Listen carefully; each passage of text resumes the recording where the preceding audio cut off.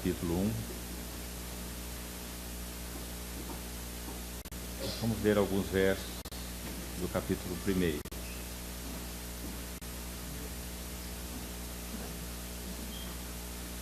Tá ligado?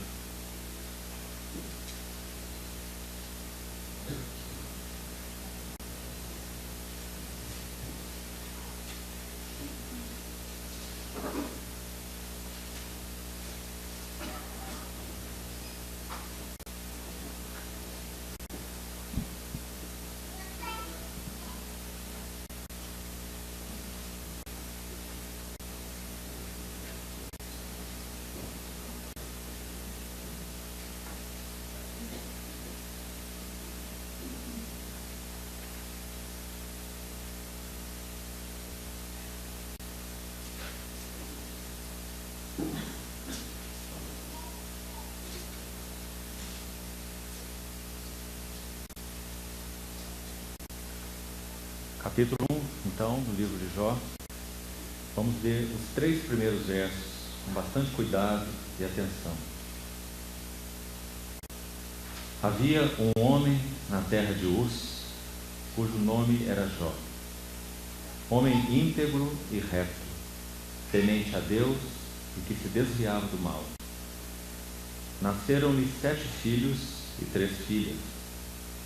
Possuía 7.000 ovelhas, 3.000 camelos, 500 juntas de bois e 500 jumentas. Era também muito numeroso o pessoal ao seu serviço, de maneira que este homem era o maior de todos os do Oriente. Versículo 12. Disse o Senhor a Satanás: eis que tudo quanto ele tem está em teu poder. Somente contra ele não estendas a tua mão. E Satanás saiu da presença do Senhor. Verso 20. Então Jó se levantou, rasgou seu manto, rapou a cabeça e lançou-se em terra e adorou. E disse: nu saí do ventre de minha mãe, e nu voltarei. O Senhor o deu, e o Senhor o tomou. Bendito seja o nome do Senhor. Em tudo isso, Jó não pecou, nem atribuiu a Deus falta alguma. Capítulo 2, verso 4. Então Satanás respondeu ao Senhor: pele por pele, tudo quanto o homem tem dará pela sua vida. Estende, porém, a tua mão, toca-lhe nos ossos e na carne, e verás se não blasfema contra ti na tua face. Disse o Senhor a Satanás: eis que ele está em teu poder, mas poupa-lhe a vida. Verso 10. Mas ele lhe respondeu: falas como qualquer doida. Temos recebido o bem de Deus, e não receberíamos também o mal? Em tudo isto, não pecou Jó com os seus lábios. Queridos irmãos, acho que devo uma palavra introdutória antes de então abordarmos nosso estudo sobre o livro de Jó. Na verdade, 2 palavras introdutórias rápidas. A primeira é com relação ao assunto que nosso irmão Cláudio abordou aqui, ligado ao nosso querido irmão Christian Shen. Eu conheci nosso irmão há 30 anos atrás, e ele tem sido um dos servos do Senhor que mais tem cooperado na edificação, na visão da minha vida pessoal diante do Senhor. Temos tido um só coração diante do Senhor com relação à vida do nosso irmão. Sabemos que quanto a Deus, nem um só dos seus planos pode ser frustrado. Mas sabemos que Deus se deleita em ouvir as nossas petições, as nossas orações. E é nesse sentido que nós temos intercedido por nosso irmão, que tão fielmente tem cooperado por tantos anos, há mais de 30 anos, em encontros anuais, mais de um, aqui no nosso país, e ajudado centenas e centenas de santos nesse nosso país, jovens, ou adultos. Por outro lado, como nosso irmão Cláudio também enfatizou, eu não estou aqui para substituir irmão nenhum. Todos nós somos mensageiros do Senhor e nossa vida e nosso ministério passará, mais cedo ou mais tarde. Quando o nosso Senhor se revelou a João na ilha de Patmos, há um impressionante relato no capítulo 1, verso 16 do Apocalipse.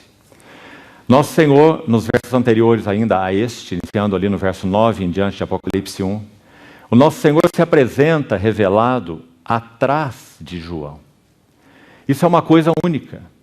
Se o nosso Senhor deseja se mostrar a alguém, entendemos que Ele deva se apresentar a esse alguém de frente, não pelas costas. Não há uma outra ocasião em que isso tenha acontecido. Mas naquela ocasião específica, nosso Senhor se apresenta nas costas de João. Podemos imaginar o quadro quando lemos com cuidado aqueles versículos. João, provavelmente, segundo a história e a tradição, ele tenha apacentado e cuidado de irmãos nas 7 igrejas da Ásia, desde Éfeso até Laodiceia. E sabemos que num dia claro, sem muita umidade no ar, de Patmos se pode ver a costa da Turquia, o que seria a Ásia Menor dos dias de João, onde estavam localizadas as 7 igrejas, algumas no litoral, outras um pouco mais adentro. Mas ali estavam as 7 igrejas que João, segundo a história então e a tradição, cuidou de todas elas durante longos anos. João sabia que ele era o último apóstolo do Cordeiro. Sem dúvida, o coração de João estava aflito. Podemos imaginar o que se passava no coração daquele fiel servo. Mais de 60 anos, provavelmente, seguindo o Senhor e tomando a sua cruz dia a dia. Tão fiel, tão íntimo, tão amado do Senhor. Esse servo está agora exilado em Patmos. E ele então tem aquela visão. Achei-me em espírito no dia do Senhor e ouvi por trás de mim uma voz. O Senhor se apresenta atrás de João. Então, João certamente, podemos imaginar, estava intercedendo por aquelas assembleias. O que será da obra do Senhor na terra? O que será do evangelho do nosso Senhor Jesus Cristo? Eu sou o último apóstolo do Cordeiro. E lá estava João. Então, enquanto naquela ilha, João intercedia por aquelas igrejas, o nosso Senhor se apresenta atrás de João. E João diz, então, eu virei-me para ver quem falava comigo. E observe, querido irmão e irmã, um quadro impressionante. Podemos dizer que aquelas 7 igrejas que João via e conhecia na terra, e de maneira, digamos, panorâmica, de Patmos, ele as observava. Agora ele vê cada uma das 7 em um ambiente celestial. Aquelas 7 igrejas, os 7 candeeiros de testemunho do Senhor na terra, João os vê em um ambiente celestial. E mais do que isso, no meio dos 7 candeeiros havia um, semelhante a filho de homem, que passeava no meio dos candeeiros. O que ele fazia ali? O que o sacerdote fazia ali quando olhamos para a tipologia? Ele cuidava para que o óleo não faltasse e para que os pavios fumegantes fossem espevitados, para que a luz não se apagasse. Sabemos que aquele candeeiro fala em primeiro lugar de Cristo, mas também fala da igreja. Das relações entre Cristo e a igreja, esse é o tema de todo o tabernáculo. Então, no que concerne aquele contexto que estamos compartilhando, os 7 candeeiros são as 7 igrejas. Assim está interpretada a palavra em Apocalipse capítulo 1. Então, quando o Senhor se apresenta a João e João se volta e vê aquela cena, ele vê algo que, sem dúvida alguma, queridos irmãos, é de imenso valor para nós, na situação em que vivemos, como foi para João na sua situação. João viu que a obra do Senhor o testemunho do Senhor, a palavra do Senhor e o próprio apacentar do Senhor para as suas assembleias não faltaria. Era como se ele dissesse para João: João, você está olhando para o lugar errado. Não olhe para as igrejas, não olhe para a obra. Você passará, mas a minha palavra nunca passará. Esta obra, João, da qual você é apenas um cooperador, a sua parte encerrará. Mas a minha obra seguirá. Então, no verso 16, um verso impressionante, é dito que João vê a mão direita daquele que está no meio dos candeeiros estendida. E naquela mão direita, que obviamente fala do suporte, do sustento do Senhor, é a sua destra. Na sua mão direita havia 7 estrelas. E também o capítulo 1 as interpreta, dizendo que as 7 estrelas são os mensageiros das 7 igrejas. Agora observe a cena desse verso 16. Ao mesmo tempo que são descritas as 7 estrelas na mão direita daquele que João viu, o Senhor glorificado, é dito que o seu rosto resplandecia e da sua boca saía-lhe uma afiada espada de 2 gumes. Por que estas descrições estão juntas? Você já se perguntou? Olhe para a sua Bíblia. Por que estas descrições estão juntas? A sua mão direita, 7 estrelas, ou seja, 7 mensageiros, ou os anjos, como é dito aí, mensageiros das 7 igrejas, o rosto do Senhor brilhando, como João descreve, como o sol na sua força, e da sua boca saía-lhe uma afiada espada de 2 gumes. Irmão, será que não está claro nesse versículo que nosso Senhor está garantindo para João que os seus mensageiros, suportados pela sua destra, eles sempre, se permanecerem fiéis, eles sempre verão a face do Senhor e sempre ouvirão a palavra que sai da sua boca. E assim, a obra do Senhor prosseguiria. Independente de este mensageiro ou daquele mensageiro, o mensageiro, nosso Senhor Jesus, aquele que anda no meio dos 7 candeeiros de ouro, permaneceria. Então, queridos irmãos, que essa nota sirva de consolo para os nossos corações. Porque se posso tomar a liberdade de dizer algo pessoal, tem servido de muito para o meu próprio coração. Tenho cooperado na obra do Senhor há mais de 30 anos, em muitos lugares no Brasil e fora do Brasil. E esta palavra tem sido de imenso consolo para o meu próprio coração. Quem anda no meio dos 7 candeeiros é o Cristo exaltado. A obra é dele. As assembleias são dele. A palavra é dele. Quem sustenta os seus mensageiros com sua mão direita é ele. E nenhum de seus planos pode ser frustrado. Bendito seja o nome do Senhor. O outro aspecto ainda introdutório.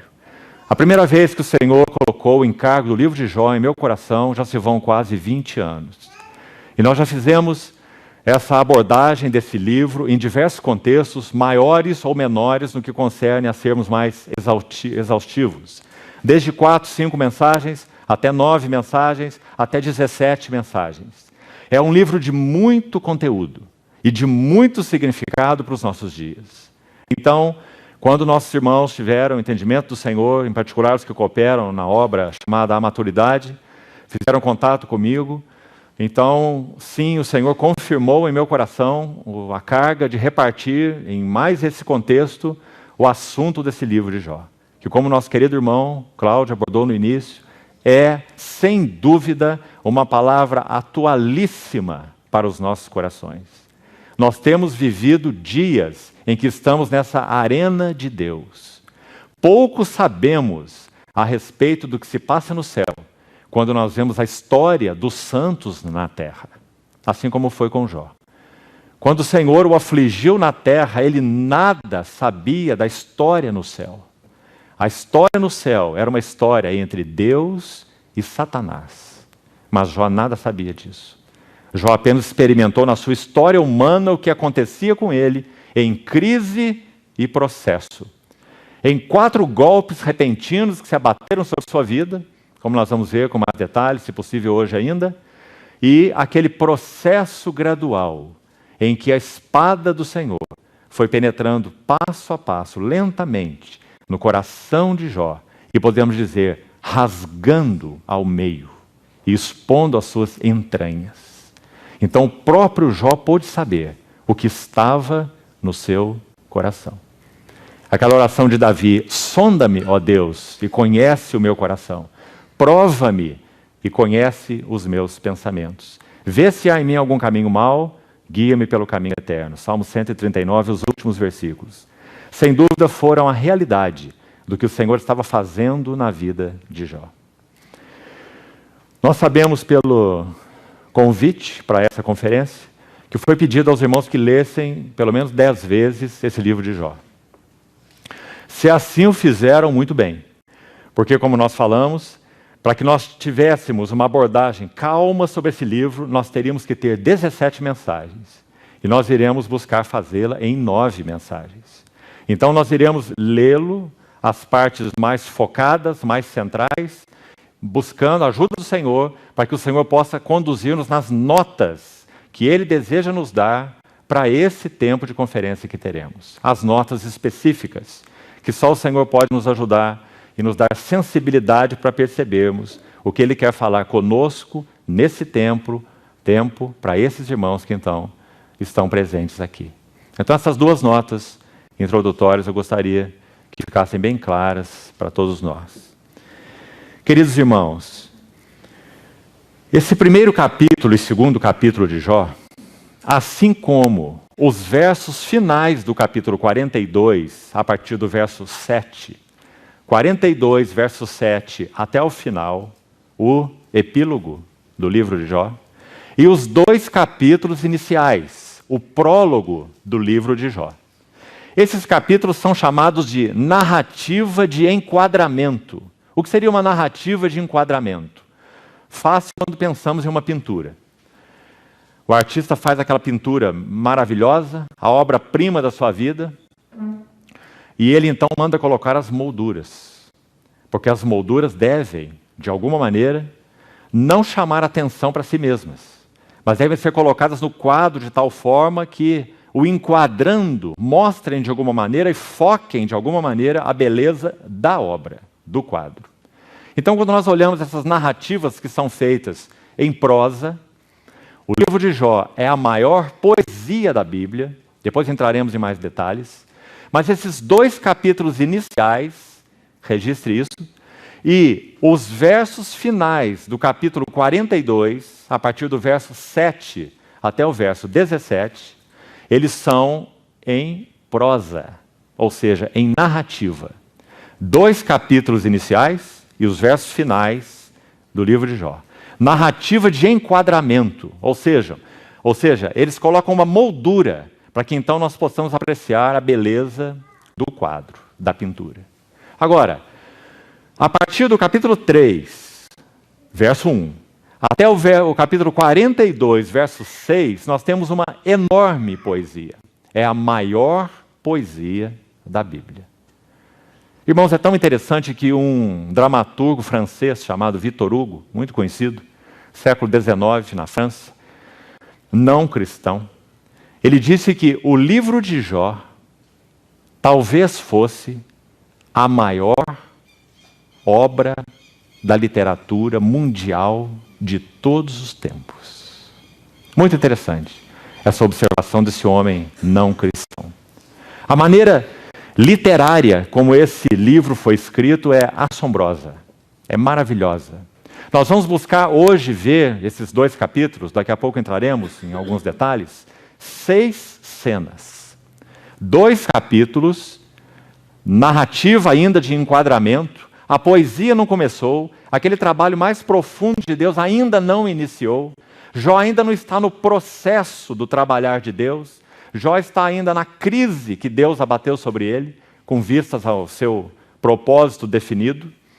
E nesses 2 primeiros capítulos nós temos 6 cenas.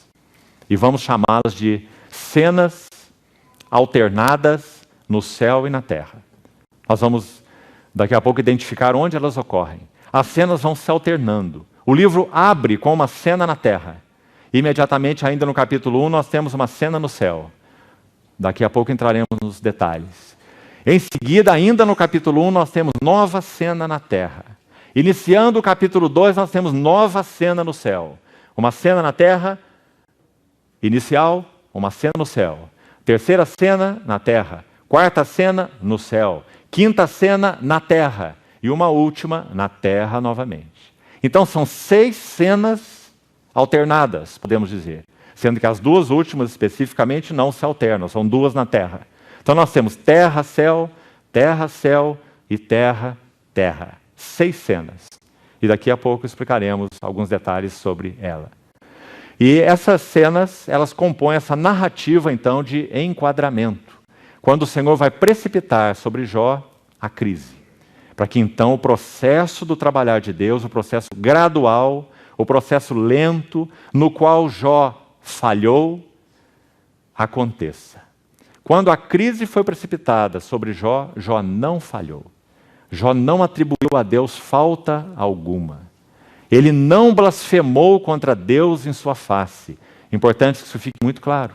Porque quando nós entrarmos na seção poética, a partir do capítulo 3, nós vamos ver que Jó peca. Então nós podemos dizer, então Satanás realmente obteve a vitória. Mas o desafio lançado não foi exatamente esse. O desafio lançado foi que, se os bens de Jó, seus filhos e seus bens fossem tocados, ele blasfemaria contra Deus na face do próprio Deus. Como isso não aconteceu, Satanás investe de novo e diz pele por pele, e tudo que o homem tem dará pela sua vida. Então, de novo, ele recebe permissão do único soberano, daquele que tem seus decretos, aquele que decreta com sabedoria, aquele que, através dos seus planos, conduz ao seu propósito final específico, que vamos ver qual é, não vamos citar isso agora. Jó, então, peca quando esse processo gradual acontece. Mas quando a vida de Jó, a pele de Jó, a saúde de Jó é tocada, Jó não blasfema com os seus lábios. E então Satanás é silenciado. Nós não vemos mais Satanás no livro de Jó a partir do capítulo 2. Porque Satanás foi silenciado. Porque no desafio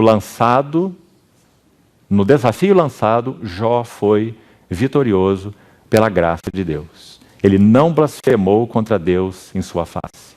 Mas agora, como nenhum dos planos de Deus pode ser frustrado, então entenda com muita clareza e com muita atenção, para que você não deturpe o que vai ser dito aqui, Satanás não é mais que um servo de Deus. Então, quando esse servo de Deus, chamado Satanás, debaixo dos decretos do único e absoluto soberano, esse que é chamado no livro de Jó em torno de 30 vezes de o Todo-Poderoso, uma palavra específica e interessante. Se você examina esse livro, você vê que Jeová é usado pouquíssimas vezes, Todo-Poderoso é usado em torno de 30 vezes, é um nome patriarcal de Deus. Então, quando esse Todo-Poderoso encerra o seu processo, ele usou, nós vamos ver no final do livro, as mãos do próprio Satanás a seu serviço. Porque nenhum dos seus planos pode ser frustrado. Bendito seja o Senhor. Então, queridos irmãos, vamos ver um pouco, avançamos um pouco ainda nessa introdução, nós vamos seguir de uma maneira a mais didática possível, para que então possamos ter uma compreensão sobre esse livro antes de entrarmos em mais detalhes. Primeira coisa, então, importante. Será que Jó foi um personagem real? Você sabe que no século XIX, precipitou-se no cristianismo uma terrível crise, conhecida hoje na história da igreja como movimento liberal. E nesse movimento, pessoas se levantaram e disseram que a Bíblia continha palha e grão, e que nós deveríamos exercer um juízo crítico. Isso foi chamado de alta crítica, um dos nomes pelos quais esse movimento é conhecido. a alta crítica, século XIX. E eles procuraram abordar a Bíblia de maneira crítica, para que se separasse na Bíblia o que era casca e o que era grão. Então se recolhesse o que era grão, isso é útil, isso aqui é de Deus, essa é a palavra de Deus, e isso é casca. Isso deve ser soprado fora. Mito. Palavra específica que usaram. E então Satanás obteve muita vitória no seio do cristianismo. Seminários, inclusive em nosso país, infelizmente, a maioria deles está cheia de professores liberais, que não creem que a Bíblia é a palavra inerrante e inspirada por Deus, de ponta a ponta nos seus escritos originais. E grande parte desse problema é em função do movimento alta crítica, que se iniciou no século XIX. Então eles usaram essa palavra mito. Adão e Eva é mito. Os milagres são mitos. Quando lemos os evangelhos, precisamos separar o mito da realidade. Então eles fizeram essa abordagem para desmitificar, como disseram, a palavra de Deus. Então será que Jó é um mito? Será que o livro de Jó foi escrito para falar sobre os princípios, tanto do relacionamento de Deus com o homem, quanto dos tratos de Deus com o homem, usando uma figura mitológica, um tal Jó mitológico? Porque o que interessa, afinal de contas, é falar sobre os princípios de Deus, é falar sobre os tratos de Deus. Então pouco importa se Jó existiu ou se Jó não existiu. Será que esse é o fato? Ezequiel capítulo 14, um versículo importante de nós abrirmos. Ezequiel capítulo 14, verso 14, deixa muito claro para nós, queridos irmãos e irmãs, que Jó não foi um personagem mítico. Ezequiel 14, os versos 14, verso 20 também, diz assim: ainda que estivessem no meio dela, o Senhor está falando sobre uma nação contra a qual ele impetrar algum tipo de juízo. Então ele diz: ainda que estiver no meio dela estes 3 homens, Noé, Daniel e Jó. Não há nenhuma dúvida que Noé não é um mito. Talvez haja menos dúvida ainda que Daniel foi um mito, já que Daniel está lá nos registros babilônicos. E também não temos nenhuma dúvida que Jó não foi um mito, porque todos os 3 são mencionados pelo profeta Ezequiel como homens. Eles, pela sua justiça, salvariam apenas a sua própria vida, diz o Senhor. E a palavra é repetida por Jeremias no verso 20, por Ezequiel, no verso 20 do capítulo 14. Tão certo como eu vivo, diz o Senhor Deus, ainda que Noé, Daniel e Jó estivessem no meio dela, dessa cidade, sobre a qual Deus impetrasse algum juízo, eles não salvariam nem seu filho, nem sua filha, mas pela sua justiça salvariam apenas a sua própria vida. Por que isso é importante, esses 2 versos? Porque aqui nós temos o que vamos chamar de a historicidade do livro ou do personagem Jó.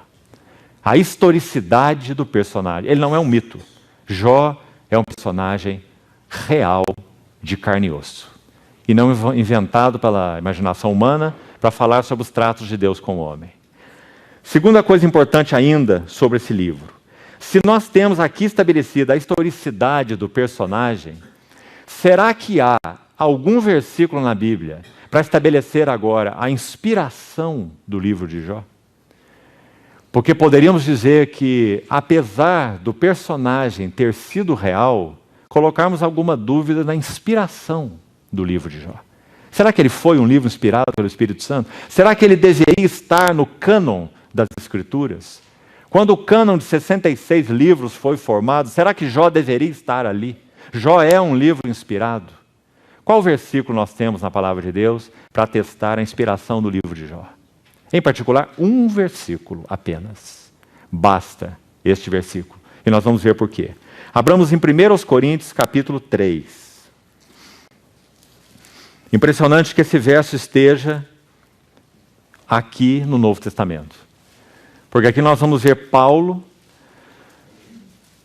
apóstolo, de Deus, do Novo Testamento, fazendo uma citação do livro de Jó, mas não apenas isso, ele fazendo uma citação com a expressão, 1 Coríntios 3, 19, fazendo uma citação com essa frase específica de Paulo, podemos assim dizer, para reforçar e alegar a inspiração do texto citado.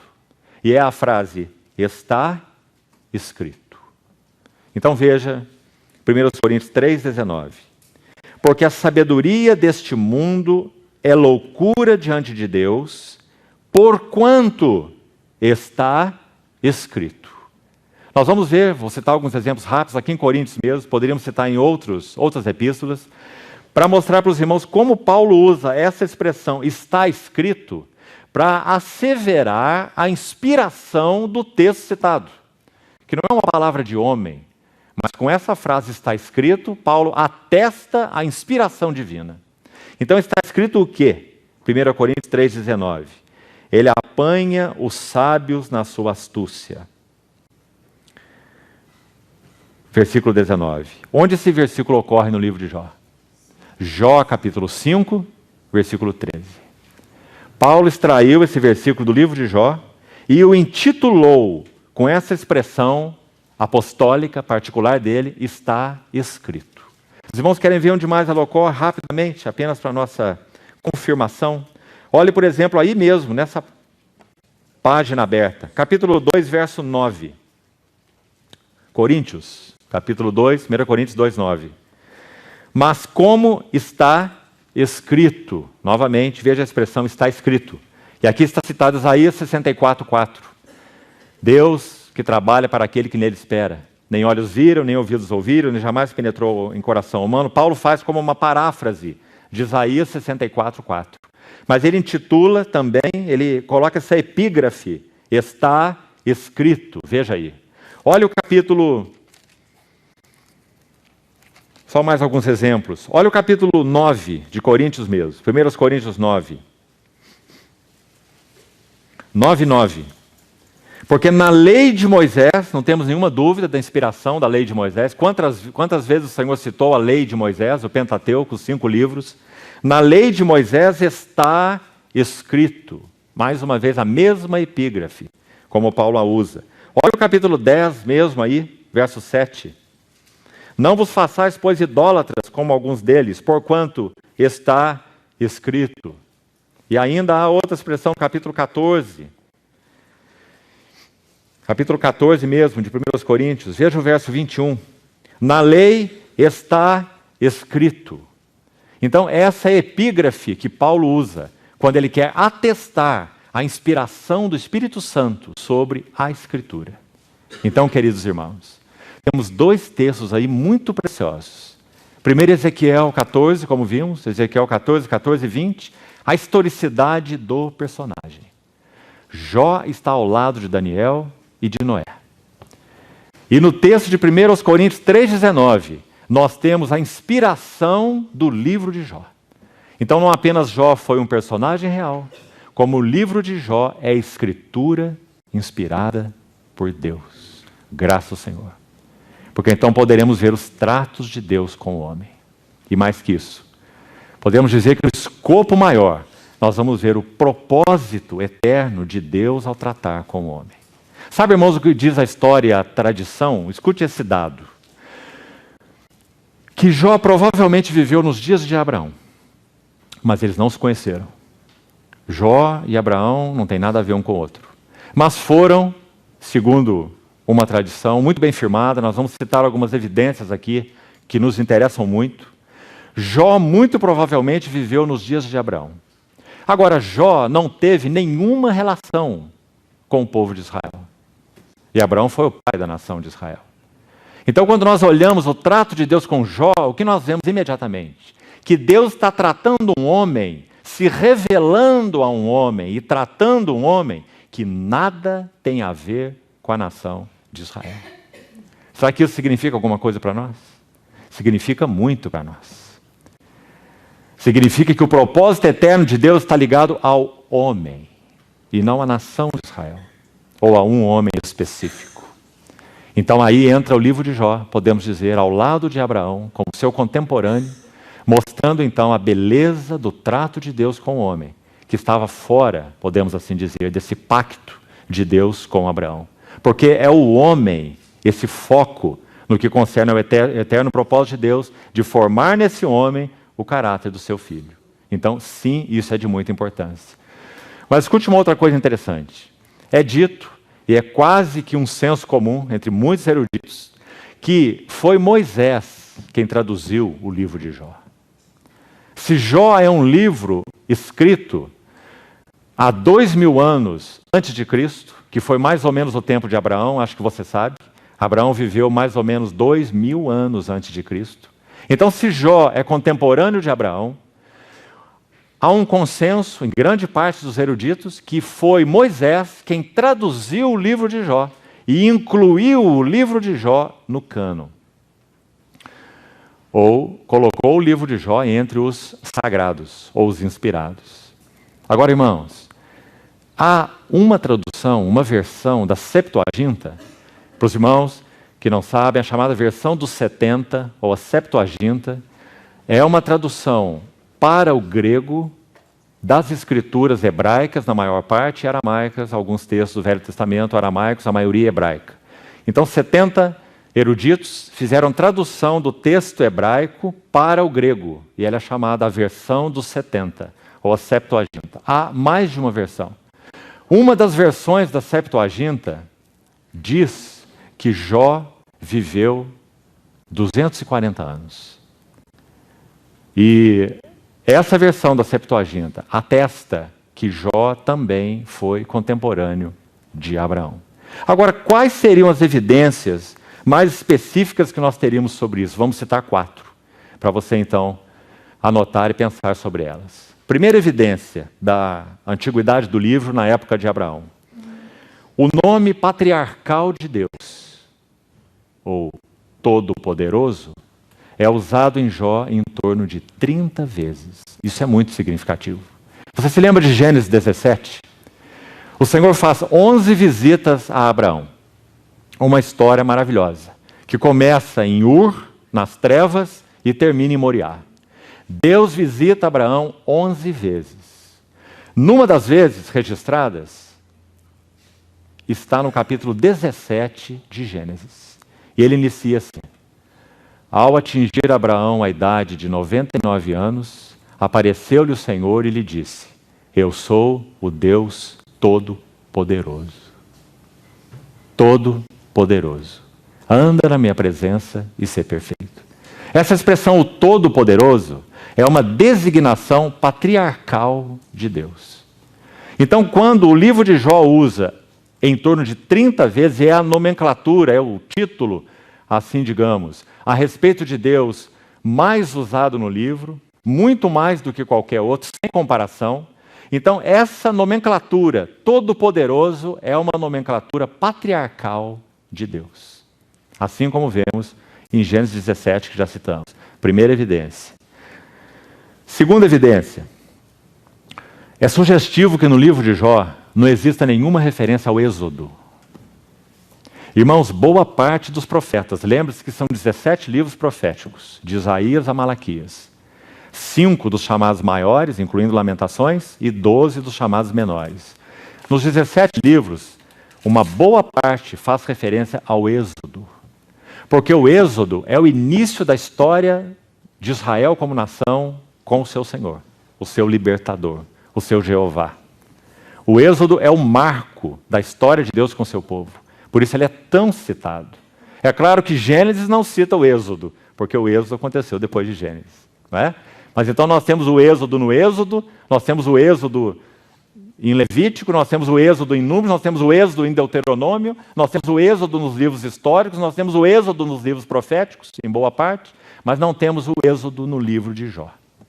Então isso é uma boa evidência de que o livro de Jó foi escrito antes do Êxodo. Isso significa mais de 1500 anos antes de Cristo, porque Moisés viveu em torno de 15 séculos antes do nosso Senhor Jesus. Então essa é uma segunda evidência. Terceira evidência.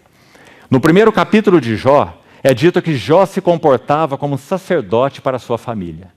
Você que leu o livro algumas vezes, percebeu? Que no capítulo 1 é dito que Jó oferecia sacrifícios pelos seus filhos.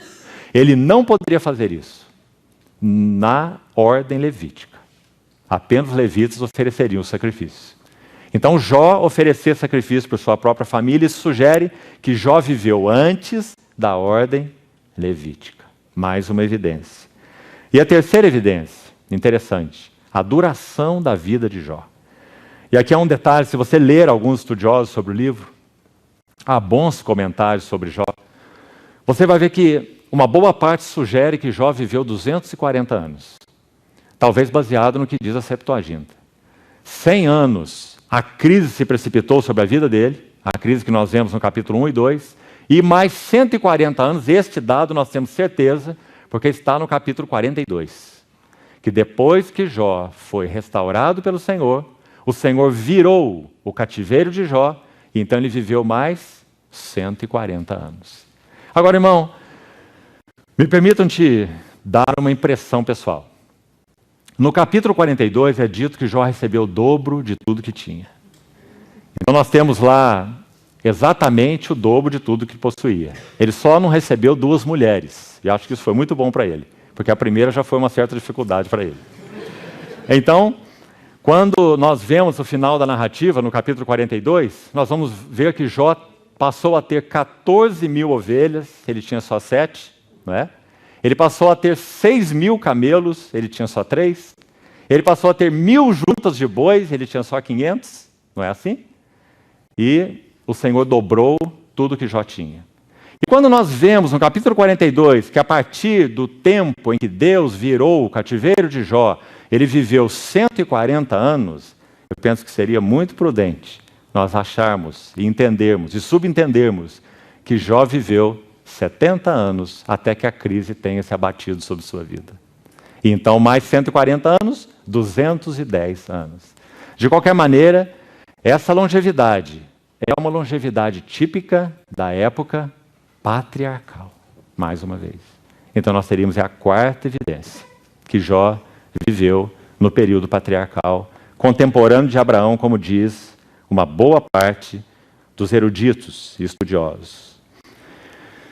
Seguindo então, irmãos, além desses detalhes, um outro dado importante que acho que nos ajudaria muito.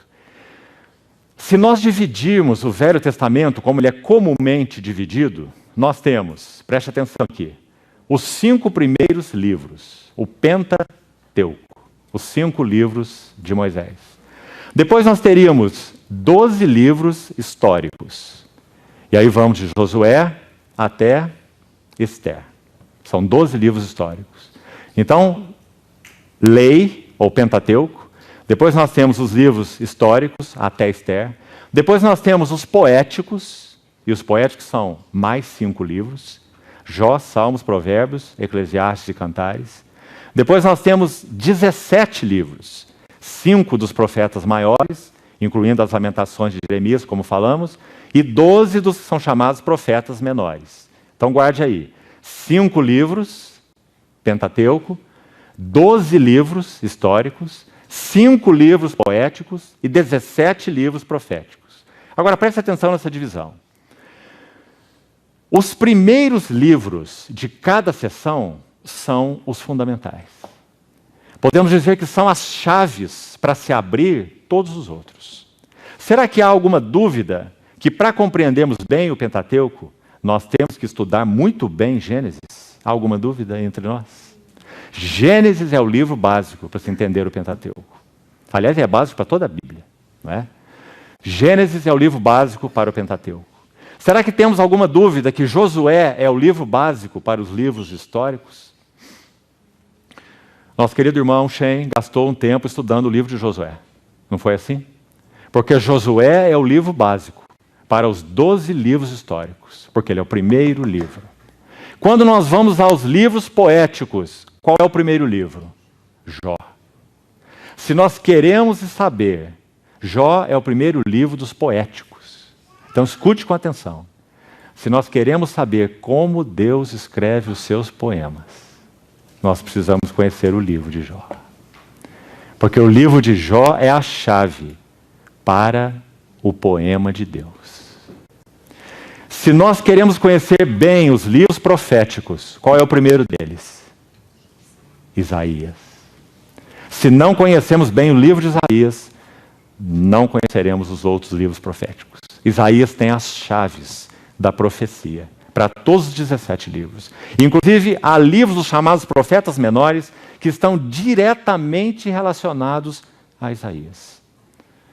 Então, importante nós vermos essa questão dos livros básicos. Gênesis é um livro básico, Josué é um livro básico, Jó é um livro básico e Isaías é um livro básico. Cada um na sua própria seção. E se nosso encargo para esse tempo é o livro de Jó, então vamos manter essa nota em nosso coração. Como Deus escreve os seus poemas? Como vamos saber? Nós vamos saber pela maior poesia da Bíblia, o livro de Jó. Que maravilha esse livro, queridos irmãos. Graças ao Senhor por podermos gastar esse tempo em torno desse livro. Então, mais esse detalhe importante. Agora vamos fazer outra combinação aqui. Vamos ao capítulo 42 de Jó. Ainda nessa primeira sessão, de maneira geral introdutória, que precisamos ter para lançarmos algumas bases, gastaremos toda essa sessão com isso. Vamos ao capítulo 42 e vamos ler alguns versículos aqui. Jó 42.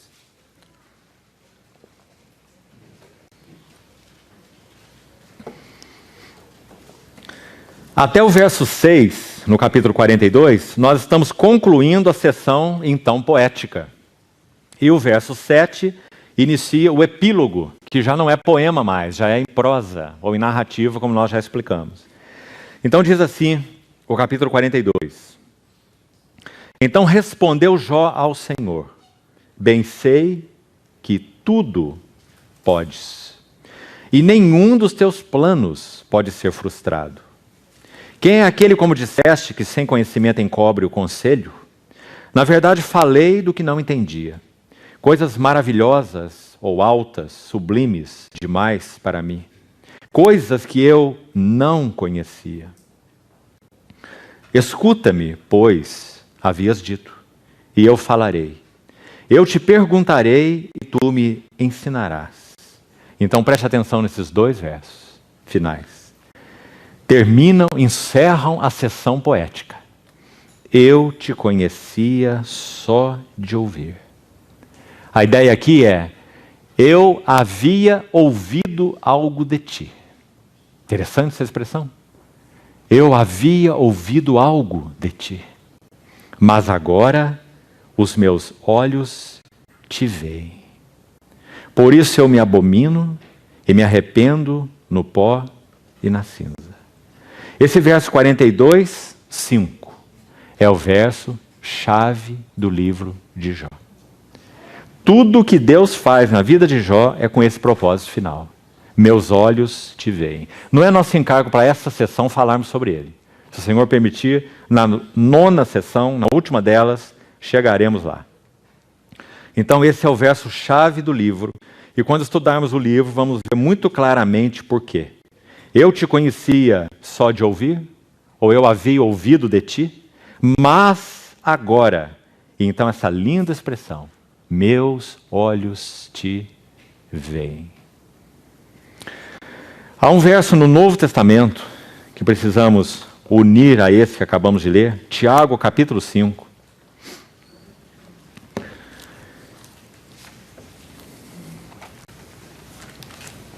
Que junto com o verso que acabamos de ler, queridos irmãos, compõe o que podemos chamar dessa chave para abrirmos o livro de Jó.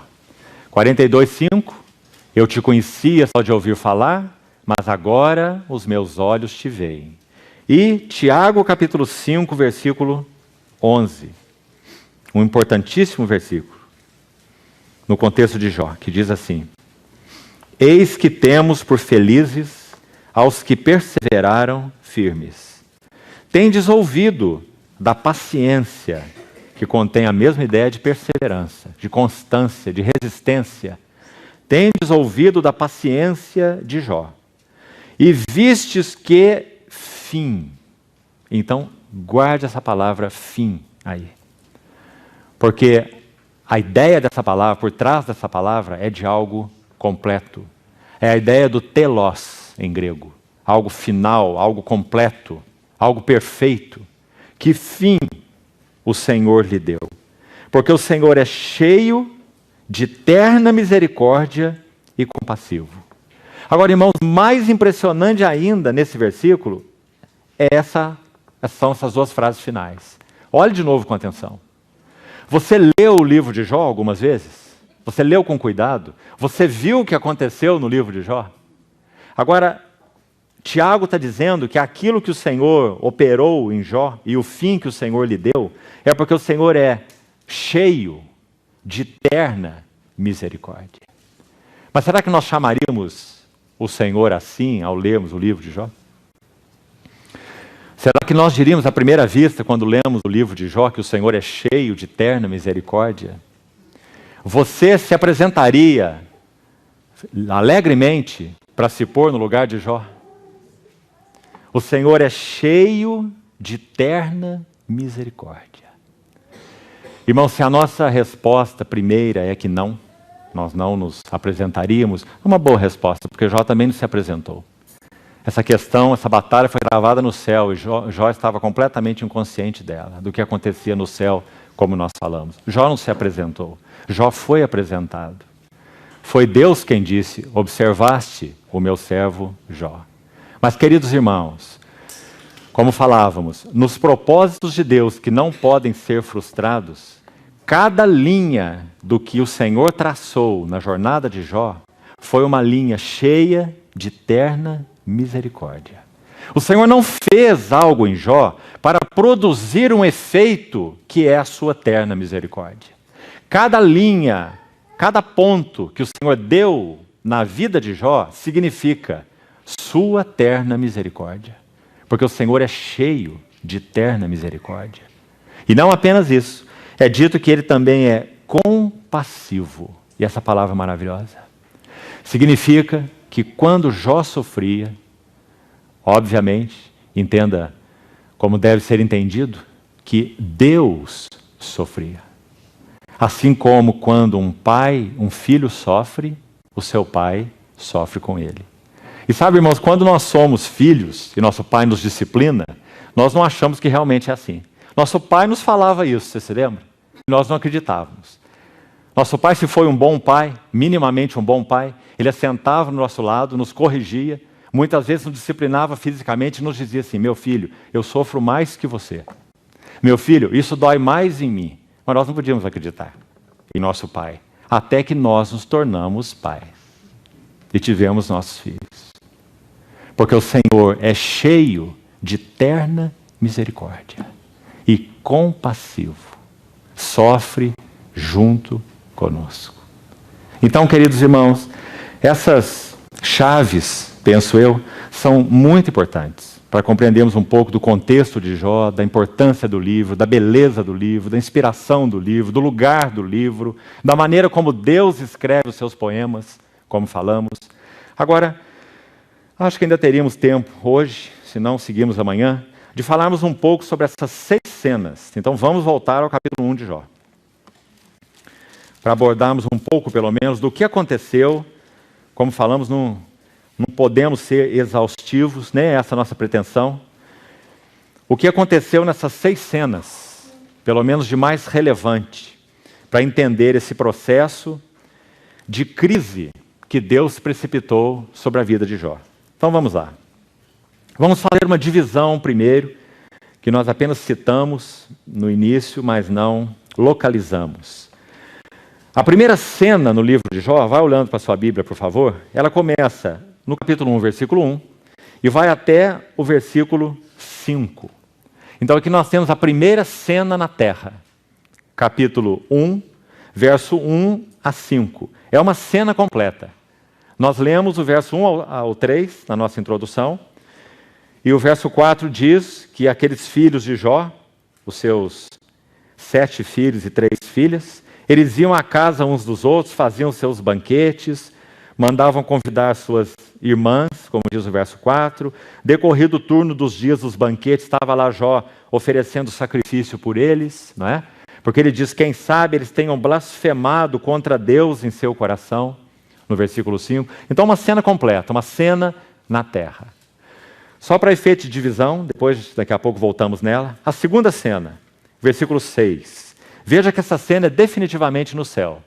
Num dia em que os filhos de Deus, obviamente são anjos, esses filhos de Deus, assim são mencionados em outras passagens, anjos como sendo filhos de Deus, não pode ser outra coisa, definitivamente. No dia em que os filhos de Deus vieram apresentar-se perante o Senhor, veio também Satanás entre eles. Então, até o versículo 12, nós temos uma cena no céu. Depois tocamos em alguns detalhes. Então, de 7 a 12, cena no céu. Mais uma vez, o cenário se alterna. E nós temos o verso 13, até o final do capítulo, nova cena na terra. Quando Satanás sai da presença do Senhor, assim termina o verso 12, então diz, sucede esse dia em que seus filhos e suas filhas comiam, bebiam, e aí nós temos verso 15, 16, 17 e 19, 4 golpes. E cada um dos golpes que Satanás dá sobre Jó, debaixo da permissão do Senhor, encerra com esse refrão. Observe, final do verso 14. Só eu escapei para trazer-te a nova. Observe essa frase. Ela acontece no final do verso 15, 16, 17 e 19. São 4 golpes intempestivos que precipitam uma crise na vida de Jó. Então essa crise é concluída no verso 20 com adoração. Jó adorou o Senhor. Ele perdeu todos os seus filhos, 10 filhos. Ele perdeu todos os seus servos. Ele perdeu todos os seus bens. Bois, camelos, jumentos, ovelhas, tudo que tinha. E Jó adorou o Senhor. Assim termina a cena no verso 22, uma cena na terra. Capítulo 2, versículo 1 ao versículo 6. Mais uma cena no céu. Então os irmãos vejam que está se alternando. Terra, céu, terra, céu. Verso 1 até o verso 6, cena no céu. Depois entramos em alguns poucos detalhes dessa cena. Depois nós temos verso 7, acompanha aí. Até o verso 10, uma cena na terra, mais uma vez. E por último, nós temos o verso 11, 12 e 13, uma pequenina seção, 3 versículos finais, mais uma cena na terra. Por que nós separamos essas duas últimas cenas na terra? Porque o verso 11 vai incluir os amigos de Jó. Até o verso 10, de 7 a 10, nós temos apenas uma cena com Jó. E aqui, no caso, sua esposa. E o versículo 11 vai incluir os 3 amigos de Jó. Ele faz Bildade e Zofar. Então, essa é a 6ª cena, versos 11 a 13. Espero que você tenha, então, acompanhado essa divisão aí das 6 cenas. Agora, vamos ver rapidamente um pouco sobre cada uma das cenas, mesmo que panorâmica, objetivamente. Primeira cena, então, cena número 1. No versículo 3, queridos irmãos, um detalhe muito importante para o estudo do livro. Vamos ver por que mais tarde. Final do verso 3 diz, este homem era o maior de todos os do Oriente. Agora, escute uma coisa aqui. Há um erudito bíblico, um grande erudito bíblico, chamado Joseph Sais. Olha o que ele escreve a respeito de Jó ser o maior do Oriente. E veja que relato impressionante, escute. Joseph Sais diz assim, Jó tinha familiaridade com escritos, gravuras em pedras, mineração, metalurgia, edificação, expedição, história natural, astronomia e ciência em geral. Esse homem Jó não era fraco. Isso é o que diz Joseph Sais. O maior do Oriente. Uma ilustração sobre esse versículo, que também acho que nos ajudaria, nós vamos estudar, se o Senhor permitir, por sua misericórdia, com detalhes, os capítulos 29, 30 e 31 de Jó. E eu não quero nem falar nada sobre eles, senão eu vou cair em tentação. Porque esses capítulos são incríveis, são especiais, mostrando que ponto Deus atingiu no coração de Jó. Capítulo 29, 30 e 31. Esses 3 capítulos. E no capítulo 29 de Jó, no verso 25, para você constar aí nas suas anotações, é dito que Jó se assentava como príncipe entre as suas tropas, se referindo ao povo no meio do qual ele vivia. Isso significa, de novo, de acordo com esse irmão Joseph Sais, que Jó era como um príncipe do deserto, um príncipe nômade. Esse era Jó. Um homem dessa envergadura, um homem abençoado por Deus dessa forma. A palavra que Satanás usa diante da face do Senhor é que Jó foi cercado com sebe. Você se lembra dessa palavra? Sebe significa cerca, não é? Cercado com cerca. Sebe é a ideia de cerca mesmo. Que Deus o cercou, Deus cuidou, colocou esse ambiente de guarda sobre Jó de tal maneira que então ele era impenetrável. Então Satanás lança aquele desafio. Então, queridos irmãos, esse era o homem Jó, o maior do Oriente. Agora, ainda na cena, na primeira cena, capítulo 1, por favor acompanhe aí, é dito no verso 1 mesmo, capítulo 1, versículo 1, 4 coisas sobre Jó. E aqui nós precisamos examinar com cuidado. Porque se vamos compreender a poesia de Deus, não podemos perder esses detalhes. Se nós não soubermos quem era o homem Jó que Deus tratou, nós vamos perder a beleza do livro. Então, 4 coisas sobre Jó. Primeiro, havia um homem na terra de Uz, cujo nome era Jó, homem íntegro. Essa é a primeira característica. Se você estudar essa palavra, o que ela significa, pode ser colocado de uma maneira muito simples. Significa completo. Ou perfeito. Jó era um homem completo. Não apenas aos olhos da sua geração. Jó era um homem completo aos olhos de Deus. Mas então, uma primeira pergunta acho que já vai no nosso coração. Se ele era um homem completo, se ele era um homem perfeito, por que Deus mexeu com ele? Por que Deus o tratou? Por que Deus permitiu golpes tão severos? Por que Deus aceitou a insinuação de Satanás? Qual é o conflito cósmico no qual Jó foi colocado e não sabia? Não perca isso de vista, querido irmão.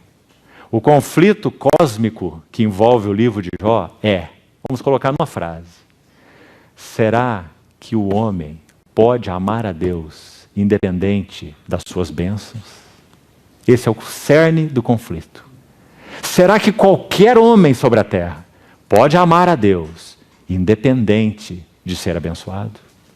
Então, quando Jó é apontado e entra no centro do conflito, e Deus diz a Satanás: observaste meu servo Jó, essas palavras que lemos no versículo 1, observe, são repetidas no versículo 8. Olhe com cuidado. Perguntou ainda o Senhor a Satanás: observaste a meu servo Jó? Ninguém há na terra semelhante a ele, homem íntegro e reto, temente a Deus e que se desvia do mal. Muito importante relacionarmos o verso 1 ao verso 8, porque o verso 1 é um testemunho diante dos homens, e o verso 8 é uma testificação do próprio Deus, de quem era Jó. Então, voltemos onde estávamos. Primeira característica do caráter de Jó. Jó tinha um caráter íntegro. Em outras palavras, Jó era completo, Jó era perfeito. Vamos deixar a resposta da pergunta de se por que Jó era perfeito, porque Deus tratou com ele. Mais tarde, com a ajuda do Senhor, vamos tentar entender o conceito de perfeição segundo Deus, e não conforme entendemos naturalmente. Segunda palavra aplicada a Jó, reto. Veja essa palavra aí, tanto no verso 1 quanto no verso 8. É a segunda palavra, reto. Reto significa, algumas versões trazem a outra tradução possível da língua original, que é justo. Reto significa simplesmente justo. Agora, o que significa justo? Como essa palavra é usada, então, na língua original? Será que ela nos ajuda, se examinarmos, se estudarmos? Nos ajuda muito. Ela aparece, por exemplo, talvez seja bom abrirmos conserve o seu livro de Jó aberto aí e abra, por favor, no primeiro livro dos Reis, capítulo 14. Essa palavra é usada aqui. E veja o que ela significa. Reto é a palavra. Veja aqui. Primeiro livro dos Reis, 14, verso 8. E tirei o reino da casa de Davi, e tu entreguei, e tu não foste como Davi, meu servo, que guardou os meus mandamentos e andou após mim de todo o seu coração, para fazer somente o que parecia reto aos meus olhos. Então, como essa palavra aqui está contextualizada aqui nesse verso, então nós estamos entendendo o que Deus está chamando de reto, quando ele se refere a Jó. Reto simplesmente significa que Jó vivia segundo tudo o que ele conhecia de Deus. Toda a luz que Jó recebeu da revelação de Deus, ele andava nela. Importantíssimo, irmãos. Porque nós estamos vendo que tipo de homem Deus está tratando. Jó. Então guarde essa expressão importante aí. Jó era reto. Vivia segundo tudo o que conhecia de Deus. Não meias verdades. Não um caminho de zigue-zague. Mas andando fielmente em toda a revelação conhecida de Deus. Será que poderíamos dizer isso com relação a nós?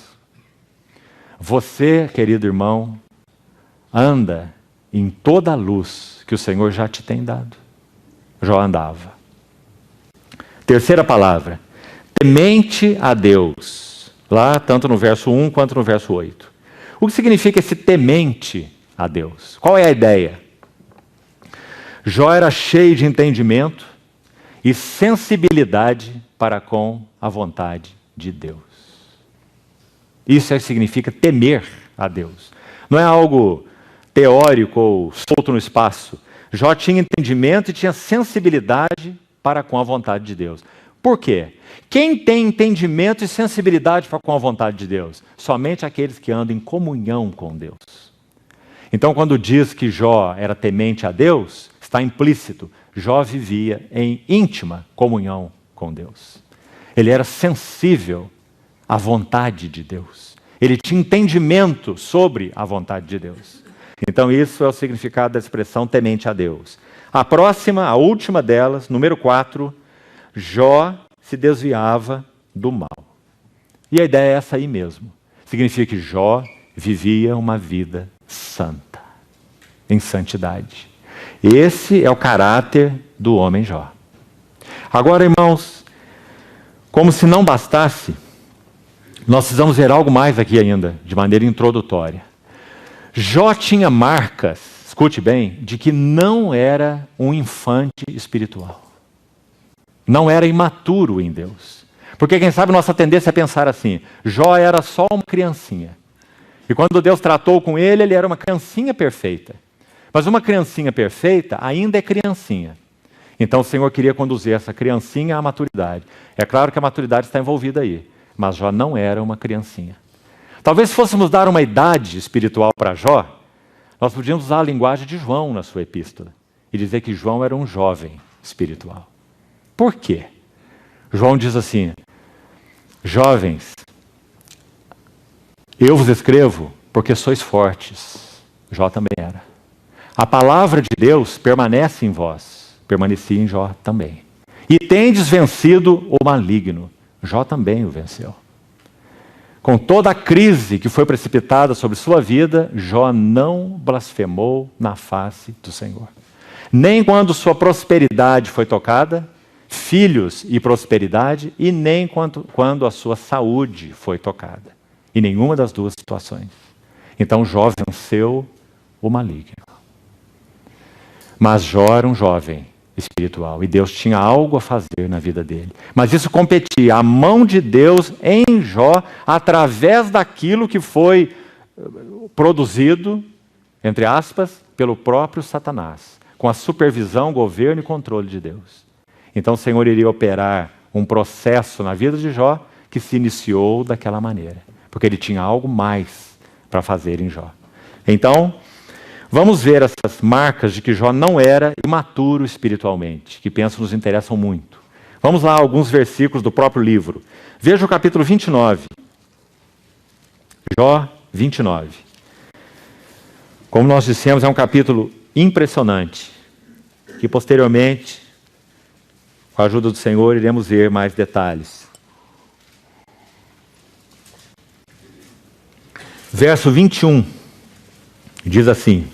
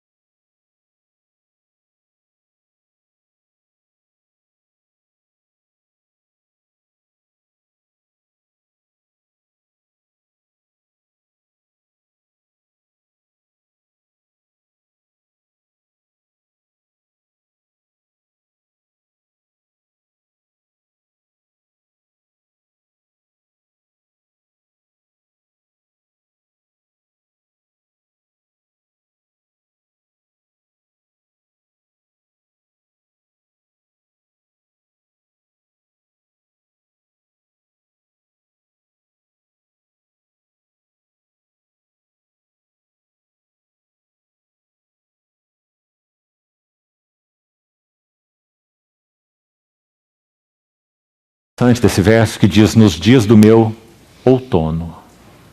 Irmãos, nos tratos de Deus conosco, a nossa vida, se formos colocar em termos de estações do ano, a nossa vida debaixo dos tratos do Senhor não termina no outono. Sabe qual era um dos problemas de Jó? Ele achava que porque ele estava no outono, em plena frutificação, como nós já temos visto até aqui, ele estava no clímax da sua história espiritual com o Senhor. E então o que o Senhor faz? Digamos, ele tira Jó do outono e traz Jó para a última estação, o inverno. E quando Jó entra no inverno, ele falha. Jó falha, mas nenhum dos seus planos pode ser frustrado. Quando Jó entra no inverno, ele peca contra Deus. Ele atribui coisas indignas ao próprio Deus. Nós vamos ver que ele pinta quadros de Deus que são impressionantes. Para nós que vivemos na luz do Novo Testamento, absurdos, alguns deles. Como Jó chegou a ver Deus dessa maneira. Porque ele achava que quando ele estava no seu vigor, olha esse verso com atenção, verso 4, nos dias do meu vigor. Ele está lembrando antes da crise precipitar sobre sua vida. Eu estava em plenos frutos, como nós já citamos até aqui. E ele achou que a sua maturidade espiritual estava concluída com a frutificação, com o inverno, com o outono.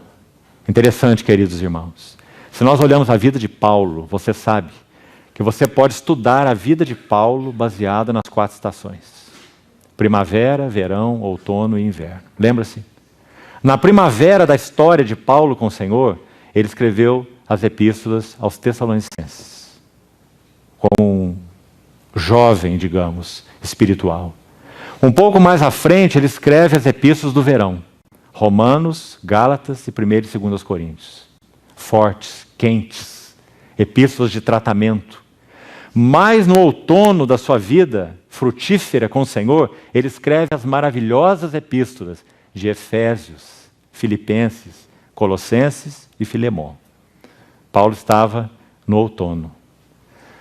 Ali ele escreveu, por exemplo, Efésios, que é considerada a sua carta mais alta. Mas, irmãos, Deus ainda tinha o inverno da vida de Paulo. Então, quando ele vai para a sua segunda prisão, a prisão da masmorra romana, de onde ele escreve as 2 epístolas para Timóteo e a epístola a Tito. São suas 3 últimas cartas. Você se lembra que ali ele menciona o inverno? Ele diz para Timóteo: apressa-te a vir ter comigo antes do inverno. E traze a capa que eu deixei em Troade e os pergaminhos. Ou seja, além do outono maravilhoso de Paulo, Deus ainda tinha um inverno para Paulo. Queridos irmãos, quando o tão estimado servo do Senhor, Watchman Nee, estava concluindo seus anos na prisão, foram 20 anos, ele escreve algumas cartas enviadas para fora então daquela prisão, e uma delas para sua irmã.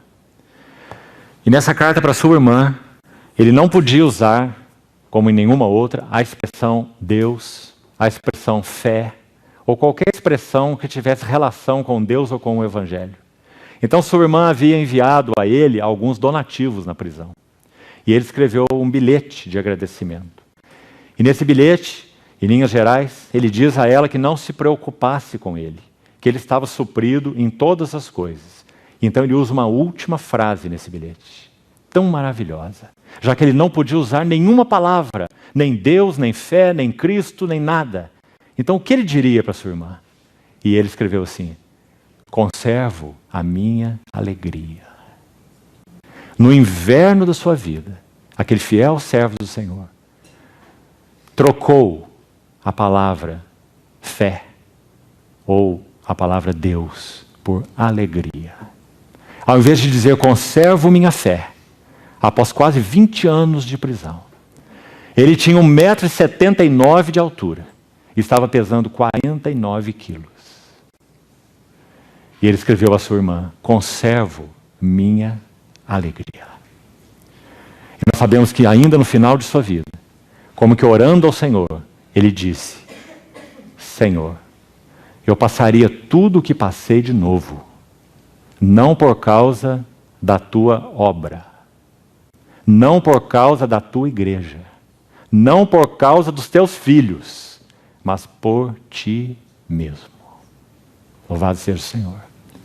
Então, irmãos, o outono de nossas vidas, o auge da frutificação, não é o auge do trabalhar de Deus em nossas vidas. Até mesmo aquilo que recebemos de Deus, até mesmo os dons espirituais que temos recebido da parte do Senhor, as cargas que temos recebido para servir ao Senhor junto ao povo do Senhor, elas têm que ser tocadas. Se o Senhor não tocar os nossos frutos, nunca saberemos o que Jó disse no final do seu livro: eu te conhecia só de ouvir, mas agora os meus olhos te veem. E note com muito cuidado, quando Jó disse isso, ele ainda continuava sem todos os seus filhos. Ele ainda continuava sem a sua saúde. Nada mudou externamente, mas tudo mudou internamente. Então, amados irmãos, outono, frutos, dons, labor, serviço, obra, bênção. Tudo isso no qual nós tendemos a nos alegrar tanto. Como nós falamos a respeito de João. João, quando estava servindo, havia uma situação. Mas Jó, quando estava em Patmos, havia uma outra situação. A palavra que ele precisava receber do Senhor enquanto servia era uma palavra. A palavra que ele precisava receber em Patmos era outra palavra. O que ele precisava em Patmos? Ver aquele que anda entre os 7 candeeiros de ouro e sustenta na sua mão direita os 7 mensageiros. E o rosto que brilha como o sol na sua força, e a palavra, a espada afiada que sai da sua boca, para que o coração de João fosse consolado. Mas Jó achava que a sua vida reta, íntegra, santa, uma vida de sacerdócio no seu lar, uma vida de conselheiro, uma vida de príncipe, uma vida andando no meio de trevas, mas tendo luz, conhecendo a Deus, era o auge, o clímax da sua relação com Deus. Ou seja, o seu outono. Jó confundiu as estações. Deus ainda tinha um inverno para Jó. E é no inverno que ele poderia dizer: agora meus olhos te veem. Bendito seja o Senhor. Então, queridos irmãos, acho que já temos que ir concluindo por aqui. Ficamos só nessa primeira cena. A ideia era passar pelas 6 cenas hoje. Se o Senhor nos ajudar, amanhã vamos procurar fazer então um resumo das 5 e já temos que entrar no capítulo 3, do contrário não vamos chegar nem na metade do livro de Jó. Que o Senhor nos ajude, seja misericordioso conosco. Vamos orar e concluir aqui por hoje.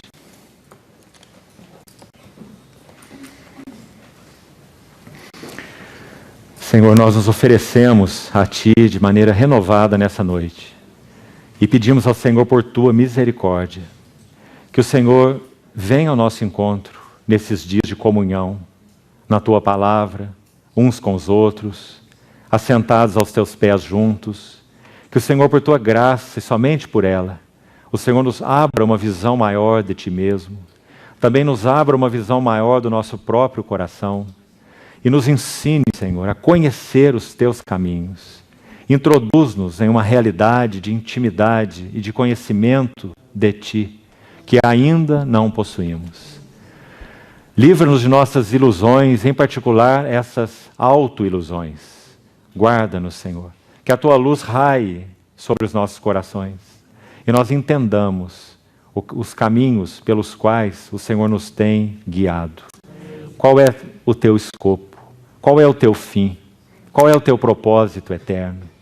Senhor, guarda nosso coração, te pedimos nesses dias. Guarda esse ambiente de conferência. Não permita que o inimigo alcance qualquer vantagem sobre nós. Guarda nossos corações, os nossos pensamentos, nossas ansiedades, conflitos interiores. Ó Senhor, socorre-nos, para que o Senhor realmente possa prevalecer nesses dias de comunhão. Confiamo-nos a Ti uma vez mais. Que as Tuas palavras que foram ditas, que realmente tenham saído de Tua boca, não se percam nessa noite. Guarda as Tuas palavras em nosso coração, Senhor. Queremos seguir contigo, para louvor da glória da Tua graça. Em Teu precioso nome oramos. Amém.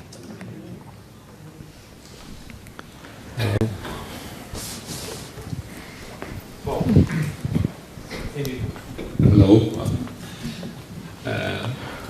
Primeiro nós queremos dizer para os irmãos que estão chegando em viagem, talvez estejam cansados, que nós possamos já ir, descansar o mais rápido possível. Primeira atividade é amanhã, às 7h30 da manhã. Eu acho que vocês devem ter reparado, agora, principalmente está impresso, vocês não vão perder, desde que não perca para achar, lógico, o horário de vocês, 7h30 da manhã, nós temos uma reunião de oração aqui nesse local mesmo, e nós vamos pedir para os irmãos continuem intercedendo pela conferência, por todo assunto que nós temos. Então, realmente exortamos os irmãos para estarem aqui às 7h30 da manhã, prestar atenção no resto dos horários, tá bom? Então, basicamente isso, nós queremos só dar boa noite para todos. Até amanhã cedo.